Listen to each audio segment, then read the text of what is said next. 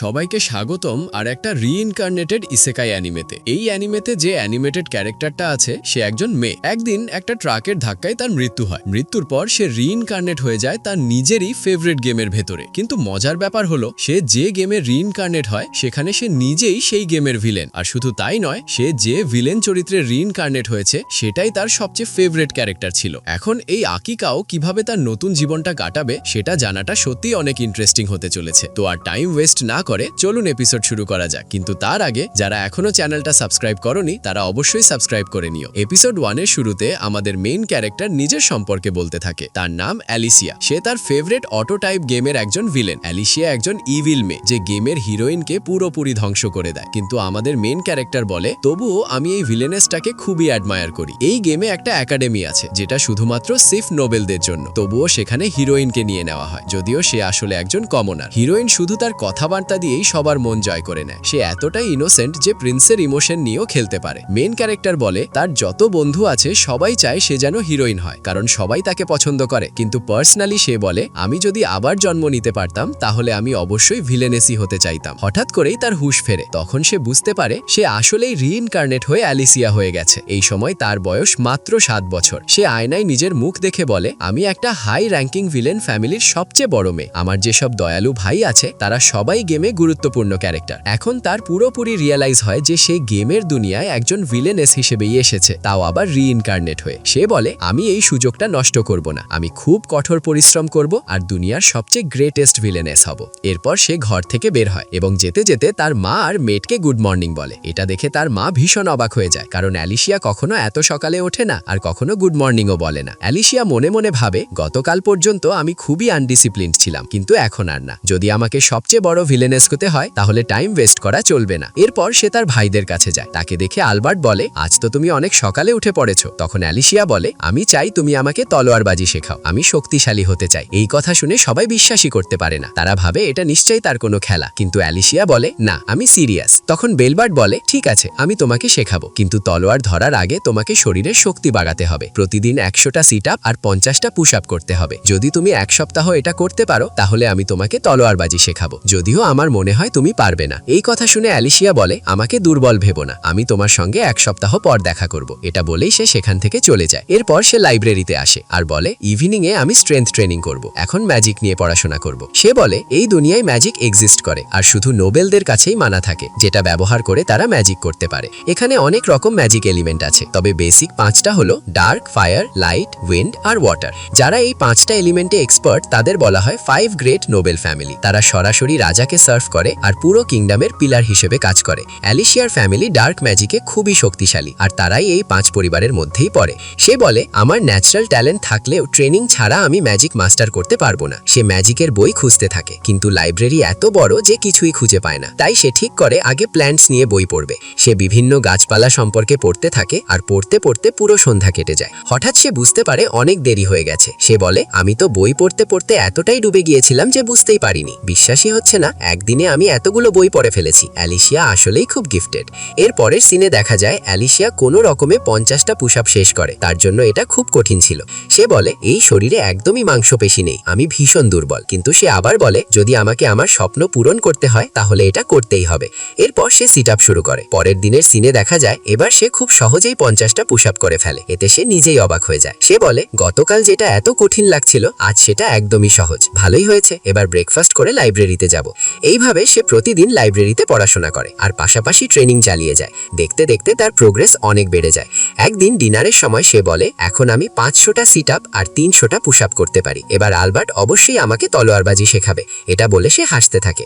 এটা দেখে তার বাবা জিজ্ঞেস করে, তোমার কি হয়েছে, তুমি এত সকালে উঠছো কেন? সে বলে, কিছু না। তখন তার ভাই জিজ্ঞেস করে, তুমি সারাদিন কোথায় যাও? আগে তো তুমি সারাক্ষণ রুমেই থাকতে। সে বলে, এটা একটা সিক্রেট। এলিসিয়া মনে মনে ভাবে, ওরা ভাবছে আমি নিশ্চয়ই কিছু প্ল্যান করছি, কিন্তু সমস্যা নেই, আমি তো ভিলেন। আর এমনিতেও আমি যদি আমার আগের জীবনের কথা বলি ওরা বিশ্বাসই করবে না। এরপর তার মা অ্যালবার্টকে বলে, আজ তুমি বাইরে যাচ্ছ না? অ্যালবার্ট বলে, হ্যাঁ, আজ পোল আমাদের সবাইকে ম্যাজিক একাডেমির ট্যুরে নিয়ে যাবে। এটা শুনে তার বাবা বলে, বিশ্বাসই হচ্ছে না, তুমি এখন 12 বছরের হয়ে গেছো আর 1 বছর পরেই তুমি এনরোল করবে। এদিকে এলিসিয়া ভাবে, অ্যালবার্ট ফিরে না আসা পর্যন্ত আমি তলোয়ার ট্রেনিং করতে পারবো না। কিছু সময় পর এলিসিয়া গার্ডেনে যায়। সেখানে সে কয়েকজন মানুষকে দেখে যাদের সে গেম থেকে চিনতে পারে। সেখানে আছে মাস্টার এরিক, হাডসন ওয়াটসন ফ্যামিলির সে ফায়ার ম্যাজিক ব্যবহার করে। এরপর মাস্টার ফিন স্মিথ ফ্যামিলির সে লাইট ম্যাজিক ব্যবহার করে। তারপর মাস্টার গেল ইভান্স ফ্যামিলির সে উইন্ড ম্যাজিক ইউজ করে। এরপর মাস্টার কার্টিস ক্যানুট ফ্যামিলির সে গ্রিন ম্যাজিক ব্যবহার করে। এই লোকটা 5 গ্রেট নোবেল ফ্যামিলির কেউ নয়। এরপর আছে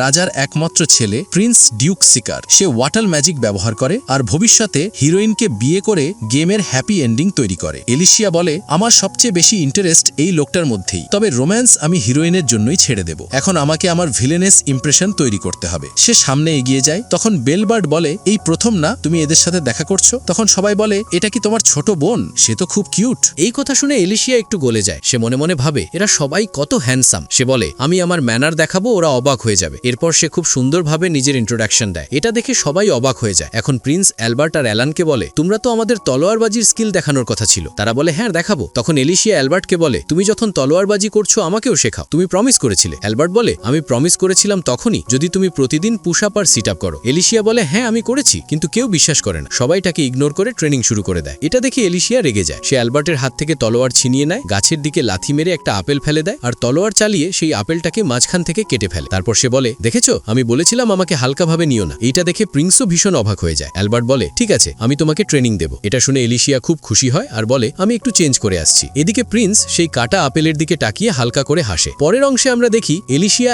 1 বছর ধরে তার ভাইয়ের কাছ থেকে তলোয়ারবাজি শিখছে। সে ভীষণ কঠোর ট্রেনিং করে। সে বলে, এই সময়ে প্রিন্স প্রায়ই আমাদের বাড়িতে আসতো। একদিন দেখা যায় প্রিন্স শুধু এলিশিয়ার দিকেই তাকিয়ে আছে। এটা দেখে এলিশিয়া একটু লজ্জা পায়। ট্রেনিং শেষে সে চলে যেতে থাকে। তখন প্রিন্স তার কাছে এসে বলে, আজকে ট্রেনিং শেষ? এলিশিয়া বলে, না, আমি একটু ব্রেক নিচ্ছি। এখানেই এলিশিয়া অবাক হয়ে যায়, কারণ এই প্রথম প্রিন্স নিজে থেকে তার সাথে কথা বলেছে। এরপর প্রিন্স তাকে জিজ্ঞেস করে, তুমি এত পরিশ্রম করে তলোয়ারবাজি শিখছো কেন? শেখার ব্যাপারে সে তার আসল ইন্টেনশনটা তাকে বলতে পারে না। সে শুধু বলে যে আমি শুধু পাওয়ারফুল হতে চাই। এই কথা শুনে প্রিন্স তার প্রশংসা করে আর তার মাথায় হাত বুলিয়ে দেয়। এটা দেখে এলিশিয়া একটু লজ্জা পায়। ঠিক তখনই সেখানে অ্যালবার্ট এসে যায়। অ্যালবার্টকে দেখে প্রিন্স প্রেমে যায় আর এরপর এলিশিয়াও সেখান থেকে চলে যায়। অ্যালবার্ট এখন প্রিন্সকে একটা বই দেয় আর তাকে জিজ্ঞেস করে, তুমি আমাদের বাড়িতে এত বেশি কেন আসো? তখন প্রিন্স এলিশিয়ার দিকে তাকিয়ে বলে, আমি নিজেও জানি না, যদি জানতাম তাহলে ভালো হতো। আমি আসলে এখানে কেন আসি? পরের সিনে আমরা দেখি সব নোবেল আর রাজা একসাথে বসে লিওনা ভিলেজ নিয়ে আলোচনা করছে। সেখানে এলিশিয়ার বাবা বলেন যে ওই গ্রামের অবস্থা দিন দিন খারাপ হয়ে যাচ্ছে, সেখানে থাকা এখন খুব কঠিন। তখন আরেকজন নোবেল বলে, যদি আমরা খুব তাড়াহুড়ো করে সাহায্য পাঠাই তাহলে মানুষ অসন্তুষ্ট হতে পারে। আমাদের কি আগে গোল্ডেন রোজকে প্রায়োরিটি দেওয়া উচিত না? আরেকজন বলে, আমাদের কিংডম আর আমাদের মানুষের এখন আসা দরকার, আমাদের একটু ব্রেক নেওয়া উচিত। রাজাও এতে সম্মতি দেন। এরপর সবাই একসাথে খাওয়া দাওয়া করছে। তখন একজন বলে,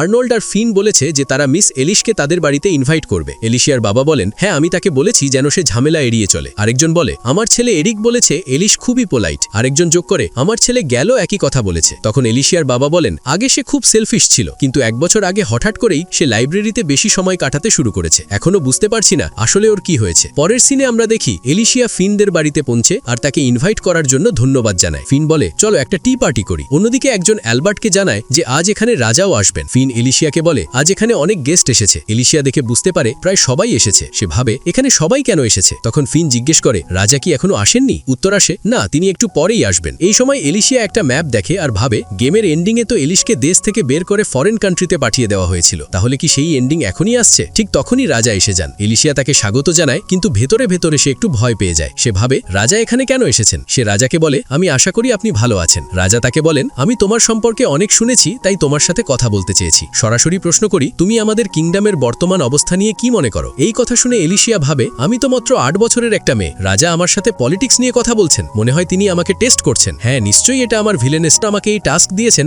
দেখার জন্য যে আমি সত্যিকারের ভিলেনেস হতে পারবো কিনা। এরপর এলিশিয়া বলে, এই কিংডম যতই শক্তিশালী হোক এটা ভালো একটা নেশন না। এই কথা শুনে সবাই অবাক হয়ে যায়। এলিশিয়া মনে মনে ভাবে, আমার আনসারটা ঠিক ভিলেনেসের মতো হয়েছে তো? সে বলে, আমাদের ইকোনমি শক্তিশালী, কিন্তু বেশিরভাগ টাকা নোবেলদের কাছে থাকে। এর ফলে বিশাল একটা ওয়েলথ গ্যাপ তৈরি হয়। লিওনা ভিলেজে চরম দারিদ্র, ওরা জানেই না কালকে খাবার পাবে কিনা। এতে নোবেলদের প্রতি মানুষের ঘৃণ বাড়বে আর তারা বিদ্রোহী হয়ে উঠতে পারে। রাজা বলেন, তাহলে আমাদের ইকোনমিক স্ট্রেংথ ঠিক করতে হবে, বলো কিভাবে এটা ঠিক করা যায়? এলিশিয়া বলে, আমরা আমাদের নেবার কালভেরার সুবিধা নিতে পারি, ওদের গোল্ড মাইন ব্যবহার করা যেতে পারে। রাজা বলেন, কালভেরা তো লেভেল শাসন করে, তাহলে কি তুমি বলছো ওদের দেশ দখল করে নেওয়া উচিত? এলিশিয়া বলে, না, বরং আমাদের কালভেরার ইন্ডিপেন্ডেন্সে ফান্ড দেওয়া উচিত। লেভেলের সাথে যুদ্ধ করা খুব খারাপ হবে। আমরা ওদের সাথে ভালো রিলেশন রাখবো, ট্রেড করব, ঋণ দেব। ওরা স্বাধীন হলে আমাদের সাথে ট্রেড করে আমরা লাভবান হব। রাজা বলেন, মানে আমরা কালভেরার সাথে সম্পর্ক গড়ে তুলে নিজেদের সুপিরিয়ার করব আর ট্রেডের মাধ্যমে প্রফিট করব। এলিশিয়া মনে মনে ভাবে, অন্যদের ব্যবহার করে প্রফিট করা এই টাচটা তো হিরোইন কখনোই করবে না। যদি আমি এভাবে চলি তাহলে খুব দ্রুতই আমি হিরোইনের সাথে সংঘর্ষে সামিল হব। আমি সত্যিই গ্রেটেস্ট হার্শেস্ট ভিলেনেস হওয়ার পথে এগোচ্ছি। রাজা বলেন, তোমার সাথে কথা বলে ভালো লাগলো, আমি এখন যাচ্ছি। রাজা চলে গেলে এলিশিয়া একটু রিল্যাক্স ফিল করে। তখন প্রিন্স এসে জিজ্ঞেস করে, তুমি কি নার্ভাস ছিলে? সে বলে, না।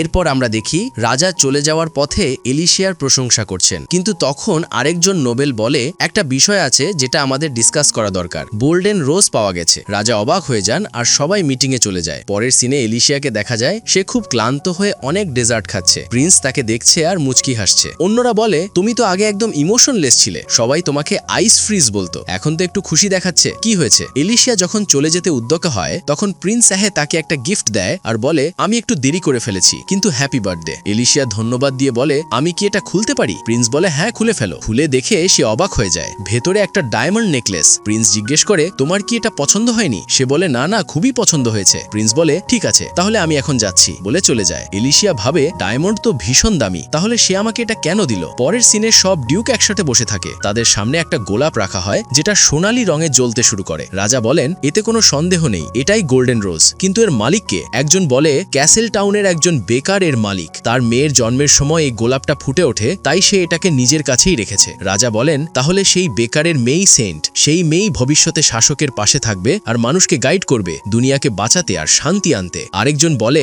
যখনই এমন কেউ জন্মায় যে কিংডমের ভাগ্য কন্ট্রোল করে, তখনই একটা স্পেশাল রোজ ব্লুম করে। আগে ব্লু রোজ ব্লুম করেছিল, এখন গোল্ড রোজ, মানে এটা সেন্টের জন্য। রাজা বলেন, আমরা দুজনকেই পেয়ে গেছি, ব্লু রোজ প্রিন্সের জন্য আর গোল্ডেন রোজ ওই মেয়ের জন্য। ওরা যখন একসাথে হবে তখন কিংডমের কল্যাণ হবে, কিন্তু এই ট্রান্সফরমেশনের জন্য বড় একটা মূল্য দিতে হবে। যত বড় পরিবর্তন তত বড় মূল্য। আরেকজন বলে, মানে সামনে বড় ঝামেলার সময় আসছে। এরপর দেখানো হয় সেন্ট নাকি রাজ পরিবারের একজন সদস্যের সাথে একত্রিত হলে অনেক কিছু বলেছিল, কিন্তু সবটা দেখানো হয় না। যা শোনা যায় তাতে রাজা বলেন, আমাদের ভাগ্য মেনে নেওয়া ছাড়া আর উপায় নেই। শেষ সিনে আমরা আবার এলিশিয়াকে দেখি। সে কঠোর ট্রেনিং করছে আর বলছে, আমি জানি একদিন প্রিন্স হিরোইনের প্রেমে পড়বে আর আমাকে দেওয়া নেকলেসটা ফেরত চাইবে, কিন্তু আমি সেটা দেব না, একদম একজন আসল ভিলেনেসের মতো। এলিশিয়া বলে, দুনিয়া দেখতেই থাকবে কিভাবে আমি একজন ভিলেনেস হিসেবে আমার ডেবিউ করি। এভাবেই এই এপিসোড শেষ হয়। আশা করি তোমাদের এই অ্যানিমেটা ভালো লেগেছে। আমি জানি বেশিরভাগই ছেলে মেইন ক্যারেক্টার পছন্দ করে, কিন্তু একবার ইউনিক কিছু ট্রাই করে দেখো। সামনে গল্পটা কিভাবে আগে জানতে চাইলে